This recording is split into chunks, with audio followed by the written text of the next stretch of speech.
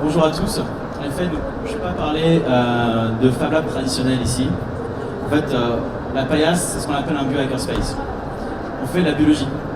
On va dire biologie, Fab Lab, comment ça fonctionne. En fait, on a essayé de redéfinir ce qu'est un laboratoire au XXIe siècle. Moi, j'ai un milieu académique. Là, je fais une thèse, etc. Et le milieu académique, c'est entre guillemets le milieu par excellence pour faire de la science. On a une grande liberté, voilà, on a des gens de qualité, de toute l'expérience, on a des moyens. Mais en fait, lorsqu'on a vraiment idée d'essayer la science, on se rend compte très rapidement en fait que c'est pas forcément si facile que ça en fait, de travailler dans un laboratoire académique et d'innover. Pourquoi? Parce qu'en fait, quand on prend les biotechnologies qui sont pleines de potentiel, hein, que ce soit dans l'énergie, l'environnement, la santé, pour innover, il faut pouvoir se retrouver en fait, dans un environnement qui pousse justement en fait, à se poser les bonnes questions, avoir les bonnes problématiques entre les mains. Et surtout en fait, qui pousse les gens à pouvoir prendre des risques, avoir une approche entrepreneuriale. Et ça, un laboratoire en fait, académique ne vous parle pas vraiment parce que, par exemple, pour vous donner mon histoire personnelle, j'ai monté mon propre laboratoire de thèse. J'ai eu la chance en fait, vraiment de le construire, de le concevoir, de le cofonder. Et dans mon propre laboratoire de thèse, j'étais même pas libre de faire ce que je voulais. C'est-à-dire qu'on est tenu en fait, indirectement par les lignes de conduite en fait, voilà, des projets qu'on va soumettre à l'ANR, donc les grandes lignes en fait, de thématiques qui sont décidées par le grand O. On est également tenu en fait, indirectement par la qualité en fait, de notre environnement professionnel, c'est-à-dire les personnes qui nous entourent. En général, il y a une certaine consanguinité, des personnes qui ont les mêmes backgrounds, qui ont les mêmes compétences, etc. Et de par les murs institutionnels, on ne peut pas forcément travailler, on ne peut pas inviter des gens de l'extérieur. Donc moi, par exemple, si je voulais travailler sur quelque chose de je sais pas, qui n'est pas là pour sauver le monde forcément, ou qui n'est pas là pour voilà, rapporter extrêmement beaucoup d'argent, en biotechnologie, c'est pratiquement impossible dans un laboratoire académique. Et pourtant, aujourd'hui, quand on pense ce qu'est une start-up de tech, comment elle se crée, dans les biotech en particulier, il faut toujours avoir une preuve de concept à mon sens, quelque part. Et les preuves de concept, comment on fait pour avoir une preuve de concept? Pour des concepts, il faut avoir un laboratoire et de l'argent. Mais pour avoir un laboratoire et de l'argent, il faut être une start-up. Voilà, donc aujourd'hui, le seul moyen en fait, de pouvoir sortir des startups tech, c'est en général en fait, de sortir d'un laboratoire académique. Le problème, c'est que les laboratoires académiques, c'est pas vraiment en fait, les endroits les plus propices pour l'innovation. Du coup, en fait, on s'est beaucoup inspiré de tout ce mouvement, je pense, des hackerspace, des Fab Labs, etc., des coworkers, des coworking space. C'est quoi un laboratoire au XXIe siècle? En fait, on a pas une feuille blanche, on a fait une grande expérience pour l'histoire de la paillasse, ça a commencé dans un squat, dans une cave, un peu comme l'Electrolab.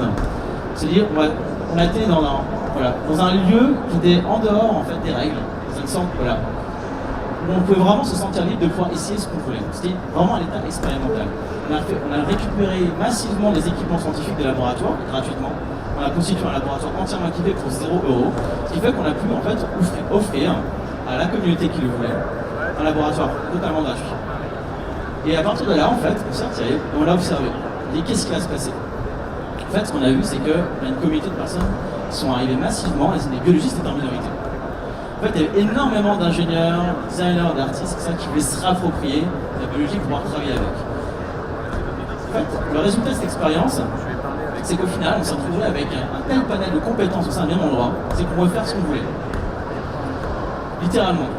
Par exemple, on a même travaillé avec la NASA pour mettre en place des bioréacteurs open source low cost. On a travaillé avec des gens de chez Sony pour mettre en place de l'électronique biodégradable. Alors, on a une start-up qui est en train de sortir qui travaille sur des encres biologiques que vous pouvez faire pousser vous-même, qui sont biosourcées et biodégradables. Voilà, c'est extrêmement vaste. À partir du moment en fait, où on a passé 2 ans dans cet environnement avec une quinzaine de projets qui sont sortis et une cinquantaine de membres qui ont travaillé là-dessus, je me suis dit, ok, je pense qu'on a créé un environnement de travail extrêmement productif et créatif, et ce pour un coût extrêmement dérisoire. Il était temps en fait finalement de passer l'expérimentation à l'échelle et de passer finalement non pas de 150 carrés à 1500, mais de passer de 30 mètres carrés à 750 mètres carrés en plein cœur du sentier, et ça avec l'aide de la ville de Paris.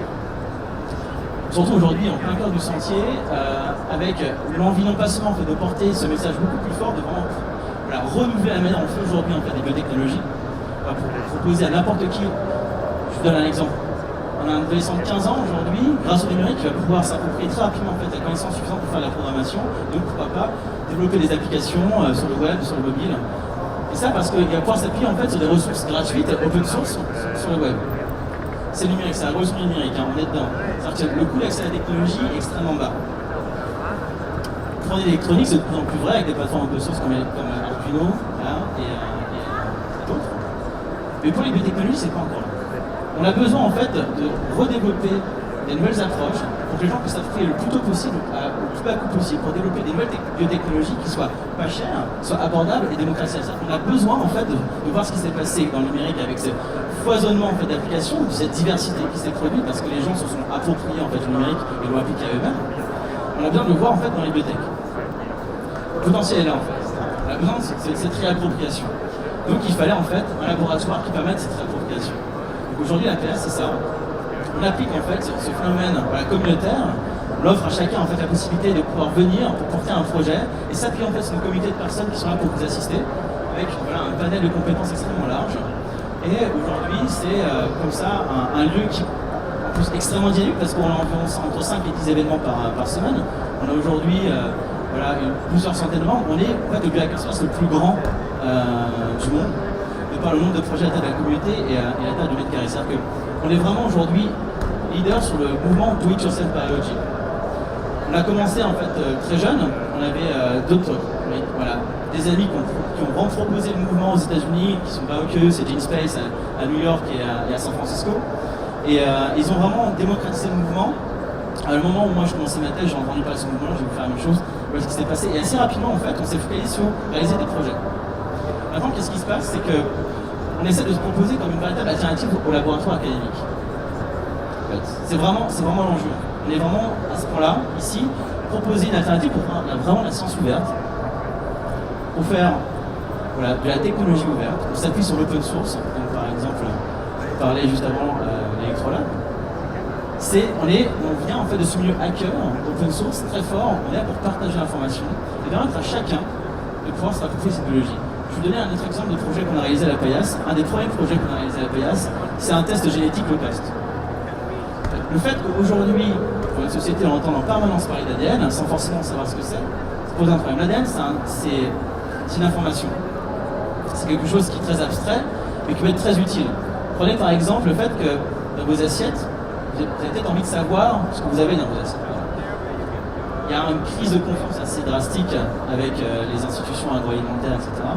En ce moment, on a mis en place, au moment où il y avait justement cette affaire assez connue, possibilité en fait de savoir si vos lasagnes, par exemple, contiennent de la viande de cheval ou de bœuf, ou savoir si vous avez de GNL dans votre assiette. On ne l'a pas fait au prix en fait auquel vous devriez payer à l'époque, c'était environ 300-400 € à un prestataire extérieur. On l'a fait en fait pour 3 ou 4 €. On a totalement transformé en fait la méthodologie et en fait, en plus, on vous l'apprenait pour vous puissiez le faire vous-même en une après-midi. Ça c'était en fait vraiment cette approche pour le coup assez révolutionnaire qui a touché énormément de personnes, qui a fait venir énormément de personnes et qui en fait a poussé les gens à se dire ok, moi aussi je peux faire la biologie, mais moi je peux appliquer en fait mon savoir-faire à la biologie et je peux faire la biologie moi-même. Ce savoir-faire en fait c'est assez marrant parce que aujourd'hui cette méthodologie communautaire on est en train d'appliquer à beaucoup d'autres choses. Alors qu'on est vraiment parti de la bibliothèque à la base, on s'est rendu compte que si on voulait vraiment faire des projets aboutis et intéressants, il fallait être le plus inclusif possible, le plus interdisciplinaire. En fait, la vraie valeur de la Paillasse, c'est sa communauté et sa diversité. Du coup, en fait, on commence aujourd'hui à aller chercher deux types de programmes. On a aujourd'hui un laboratoire de drones à la Paillasse, par exemple. Drone low cost open source. On a des gens qui travaillent sur les sciences cognitives. On a des gens qui vont travailler sur, par exemple, les textiles augmentés. C'est quoi le rapport entre la biologie et les textiles augmentés, par exemple? Ça va être des gens qui vont travailler aussi sur les villes fantômes, l'urbanisme. Voilà, des gens qui vont travailler sur l'agriculture urbaine. Et aujourd'hui, on est même en train de, pourquoi pas, dessiner un programme spatial communautaire. C'est-à-dire se poser la question, comment on peut faire du low cost et du low tech pour l'exploration spatiale. Et pour vous donner un exemple, on a travaillé entre autres avec la NASA sur un bioréacteur open source. Pourquoi? Je vais vous demander un petit exercice mental. Imaginez que vous êtes sur un vaisseau spatial. Voilà, vous voulez aller relativement loin. Si vous voulez aller loin, il vaut mieux en fait gérer vos propres ressources, c'est-à-dire que vous produisez des déchets. Si vous produisez beaucoup de déchets à la fin, vous allez vous retrouver avec une masse énorme de déchets qui sont en fait potentiellement des choses que vous pouvez réutiliser. Vous pouvez réintroduire en fait dans un cycle. Le problème, c'est que ces déchets, comment vous faites dans l'espace pour les retraiter. Vous n'avez pas de déchetterie, vous n'avez pas de choses pour recycler. En fait, ça pose un problème. La planète Terre, en fait, il faut voir que c'est un grand vaisseau spatial qui traverse en fait des millions de kilomètres en fait autour du Soleil.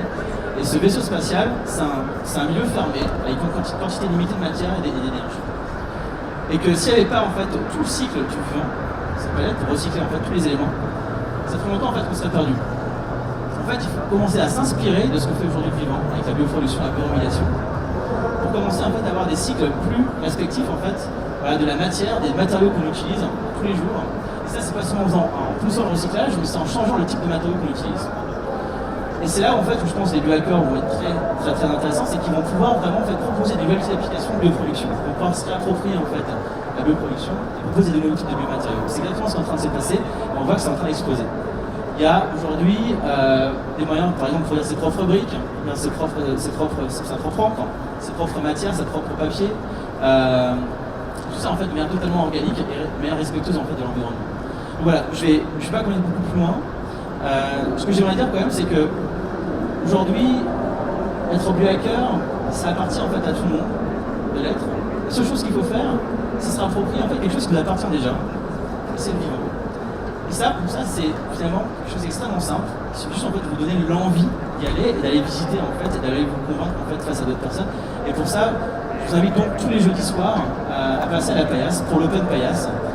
C'est le meilleur moyen en fait, de rencontrer la communauté, les porteurs de projets, de rencontrer les lieux, de pourquoi pas vous lancer vous-même en fait sur un projet qui pourrait révolutionner pourquoi pas les biotechnologies de développement. Voilà, donc je vous remercie beaucoup et puis à bientôt.